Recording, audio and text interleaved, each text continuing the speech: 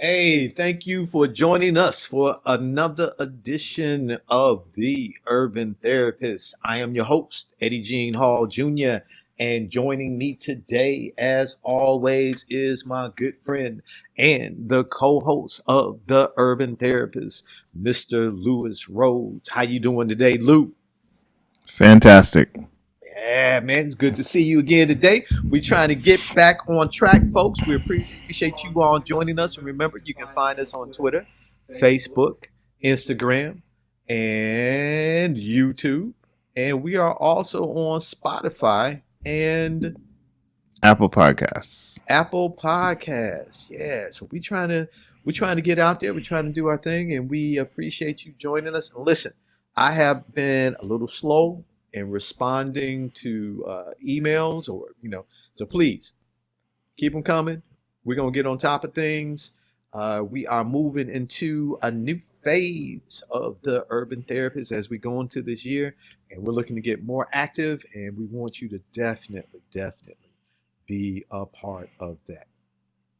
So, Lewis, the last few shows we have been talking about that billions of dollar industry, internet pornography. So we gave a lot of stats on that the last couple of shows, and we were talking about last week what makes it so popular. Why do so many of us hit that button, go on the screen, and stay there like this? It's called the Coolidge effect. We're gonna go over that. Why you laughing? Hey, listen. Look, but now I ain't gonna talk about. I ain't gonna talk about me. I'll tell you about me later. But listen, you will be in the screen like this. Go back a few slides for me, Lou.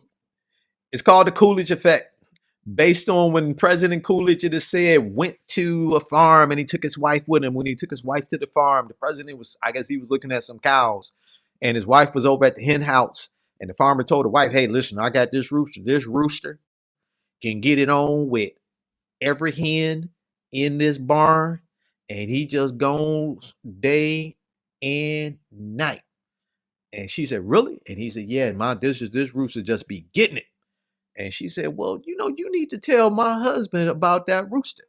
So the farmer told, this is the story now. The farmer told President Coolidge about the rooster and what his wife said to tell him. And so it is rumored that the president said, "Well," and I'm paraphrasing, "well, is he getting it on every night with the same hen?" And the farmer said, "Well, no, Mr. President, it's a different hen every night." So then the president said, "Well, you go tell Mrs. Coolidge that." Now, I don't know if the president had to sleep on the sofa that night after telling Mrs. Coolidge that. But the point is this: what the farmer was showing them is that there's something going on with these roosters. And then they started doing studies with rats and other animals, and it's called the Coolidge effect.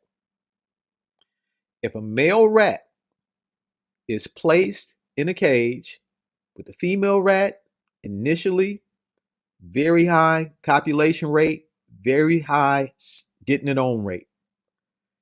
And then, though the female rat will still be receptive, she'll still be, "Well, hey, come on, baby, I still want you."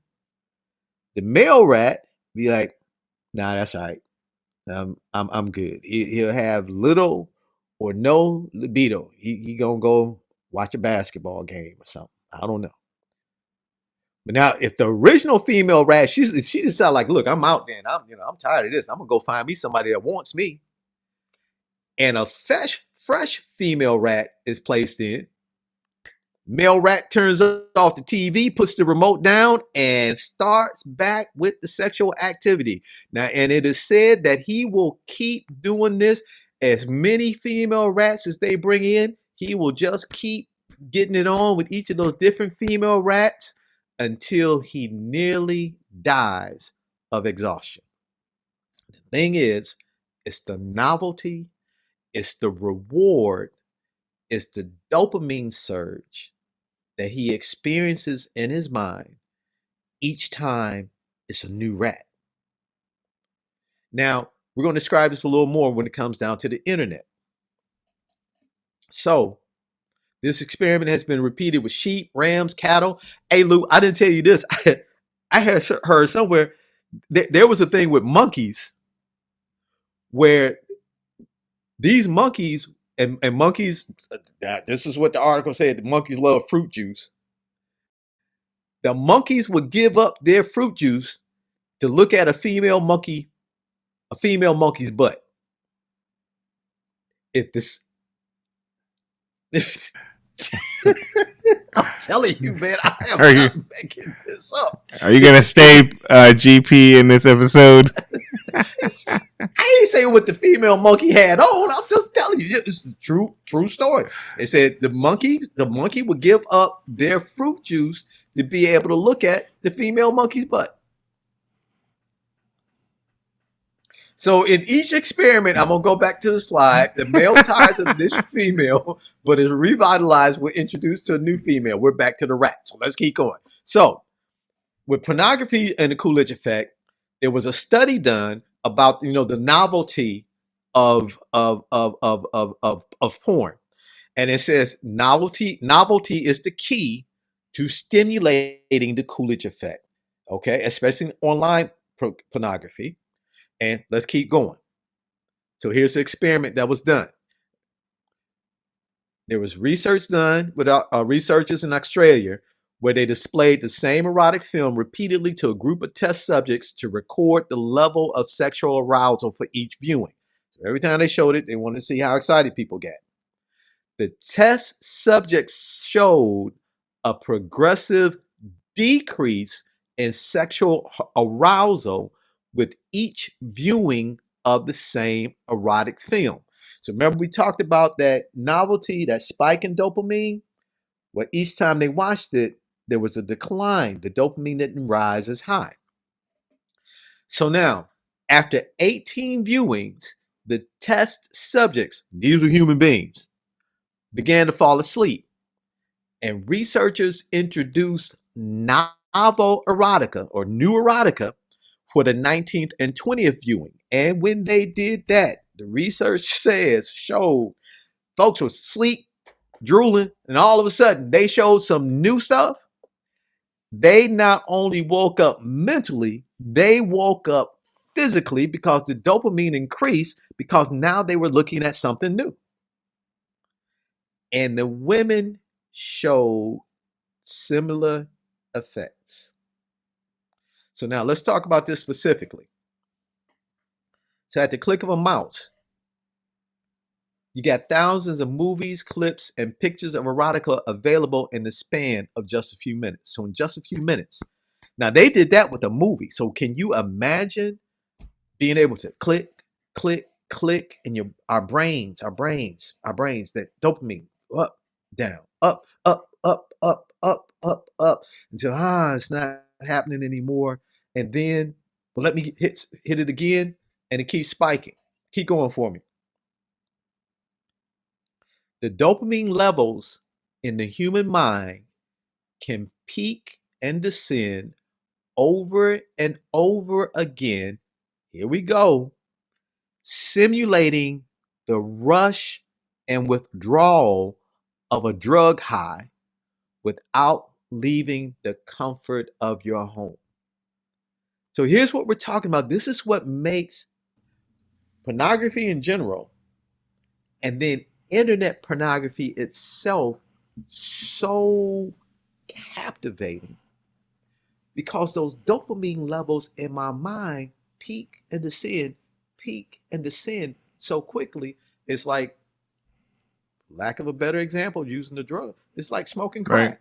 Right. And I was gonna say that the difference is, again, in the 70s and the 80s and the 90s, you had to go out and provide that high. You had to go and find it in magazines, in VCR tapes, things that you usually didn't have readily accessible to you.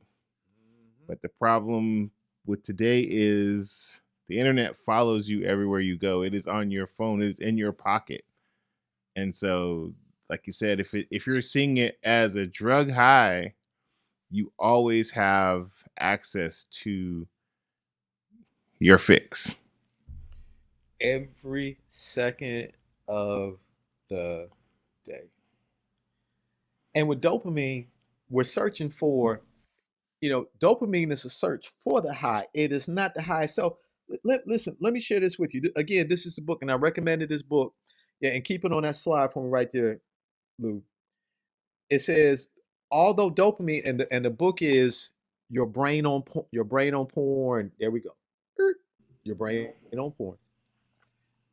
Although dopamine is sometimes referred to as the pleasure molecule, it is actually about seeking and searching for pleasure, not the pleasure itself. So that dopamine rush is not the satisfaction, but the thrill of the hunt, the thrill of the search. Thus, dopamine rises with anticipation. It's your motivation and drive to pursue potential pleasure or long term goals. It works in the synapses of nerve cells, by attaching to receptors to stimulate electrical impulses. And, we'll get a little bit more into the science later, but I want you to get my point. The surge of dopamine that I get from watching porn is that excitement. And so the pleasure comes from continuing to look for something else that's going to be exciting. So that's why when they did the experiment with the film, after showing it so many times, the excitement was going, my dopamine level wasn't rising. But when they showed me something new, my dopamine level rose up again. Bam. It's important for us to understand this, because we need to understand some people will try to make addiction, and I want to tread lightly when I say this. Nah, I'm not going to tread lightly. I'm just going to say it. This is not just, you can't just spiritualize this away. We got to help people to understand when we're dealing with addictions, we are dealing with something that is actually physically and mentally going on with us. And there's physical transactions that have taken place in the structure of our brains that we are dealing with. We got to understand this so we can understand what we're going against. And whether it's pornography, drugs, food, sex, gambling, this is what is happening in our heads. Understanding that, now, what I'm about to say next, I'm not taking away from this being a moral issue, or I'm not taking away from moral challenges. But what I want you to understand is it's real. So you've got to do real things besides just praying.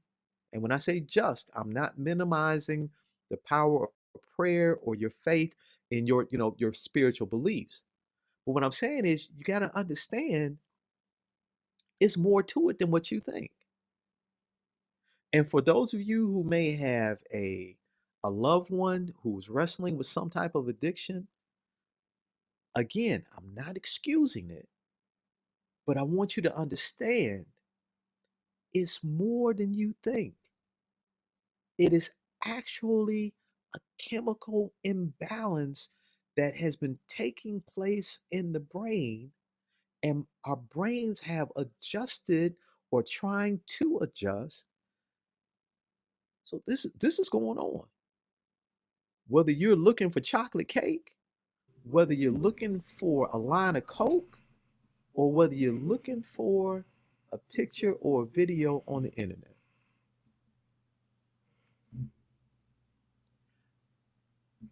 I want you to know what's going on in your head, to take the guesswork out.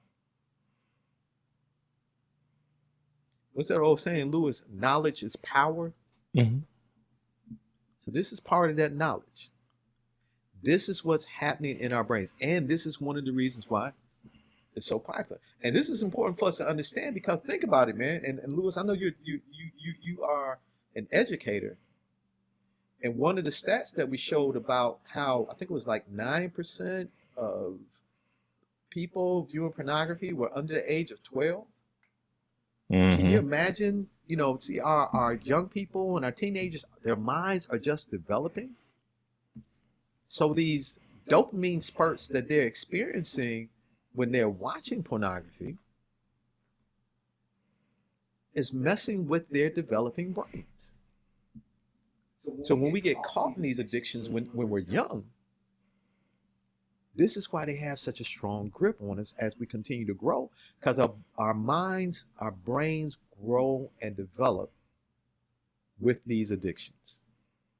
And they become a part of the way we think, act, and live. It says the dopamine levels in the human mind can peak and descend over and over again, stimulating the rush and withdrawal of a drug high. Now, I don't know if you've ever been addicted to any type of drugs or known somebody who has, and that's one of the fields that I'm in. And when a person comes down off that high, they want to get it back. That becomes their new normal. And that's what happens with pornography. It has the potential to become your new normal when it comes to how your brain believes sex should be. Hit the next slide for me. The stimulation of the combined anticipation of reward, the images of erotica discovered by searching the internet. Remember, we said that dopamine, that's the search. That's the search. And the novelty, multiple variety, feed off each other to increase excitement and to rewrite the brain. I want to share that one more time. The stimulation of the combined anticipation of reward, and the reward is the images of erotica discovered by searching the internet. In other words, me looking for something I want to look at. And the novelty, now I'm looking for something. Well, oh, I want to see her. I want to see this. I want to see it look like that. And I get all these different varieties of what I'm looking for that feeds off each other. I'm looking, I want to find it. Oh, I found it. Oh, I want to find it again. Oh, I'm finding something different. Oh, and so you see, so my brain now gets rewired because of the dopamine surges and the dopamine drops. The dopamine surges and the dopamine drops. It's like if you run water down your, let's say in your front yard, and you got your water hose, and you just let water run down there, and you turn the water hose off. Well, it started to make a groove in the grass. Now, if it starts to dry up and you run the water again, it gets a little deeper. Starts dry, you run it, and so then that groove gets deeper, and it takes more water to fill in the groove. Same thing happens as we continue and we keep watching pornography. Internet porn inevitably always offers something unexpected, something different, and something more titillating than previously viewed. So at my fingertips, I can keep the excitement going. And that's how our brains get hooked. That's how we get hooked. And the proof is in the pudding, in the stats. Thus, it's possible for the brain to become over aroused, get this, by a synthetic stimulation and condition itself to distort the reality of actual physical sexual pleasure and that of viewing pornography. In other words, my brain starts saying, ooh, this is great sex, to the point where my brain doesn't say, Wait a minute. What about having real physical sex? Hey, I'm happy looking at this. And so you get so satisfied with this that the real thing doesn't move you. Now, don't get me wrong. I'm not saying this happens to everybody. Notice the quotation says that thus it is possible for the brain to become over aroused by synthetic stimulation. When I'm getting aroused by something that's not real or synthetic, it's not the original, I'm in trouble. It can cause me to neglect and even not desire the real. Go to the next slide for me, Lou. So now I've got 9 questions that I want to ask you. I want you to think about. I know we covered a lot in the last few weeks. Here are 9 questions I want you to think about. Now, there is no absolute 100% test to say, yes, you are addicted to pornography. But there are questions for you to ask yourself. But depending on your answer, can give you a good idea on where you're at. And we're going to go through these 9. And the particular website that I got this from said, I believe it said if you answered yes to at least 3 of these, you could have an issue. So here's number 1. Do you spend a lot of time thinking about pornography? That's question number 1. Number 2, do you ever lose track of time while you're watching porn? Number 3, have you ever tried to cut back on how much porn you consume? Now, all these are yes or no answers. Number 4,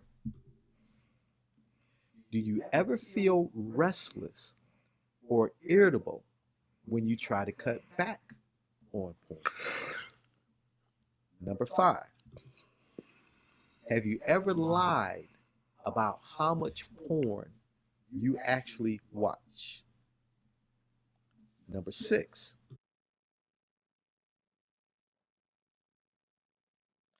has pornography ever interfered with your work, school, or relationships? Number 7, do you continue to watch or look at porn even when it's had negative consequences on your relationships or your work? Number 8, have you ever done anything illegal to access porn? And then number 9, do you ever feel guilty, sad, or anxious about watching or looking at pornography? Now, if you answered yes to at least 3 of these 9 questions, there's a very strong possibility that you are wrestling with an addiction. And when we come back for our next podcast, we're going to talk about some of the different ways to deal with porn addiction. And at the close of this one, we're going to share with you some online resources that you can use to help you out with this. So, I don't know what you think, Lou. You think we covered this? I think you put a lot of perspective into it for our listeners to really examine. And again, I think that the interesting thing, even though the topic is porn, I think as a therapist, addictions kind of carry the same patterns. Yeah. right? Regardless to whether it's actual pornography or if it's drugs, if it's food, if it's your phone. There's phone addictions, right? You can be addicted to anything that brings, like he mentioned, that dopamine rush to you. And so, I definitely think, not just porn, but we can look at addiction and what are the symptoms of addiction. And really, the most important thing is if you really do believe that you have a problem, that help is available. Exactly. So listen, again, we want to thank you for joining us today. Hope to shed some light on this topic, and especially for us as parents, grandparents. Hey, listen, significant others, knowing and understanding how our brain works and how this can affect us is extremely important. So listen, take care. Like I said, at the end of this show, we have a list of websites that you can check out. And you can always email us at im.the.urban.therapist@gmail.com. Take care, everybody.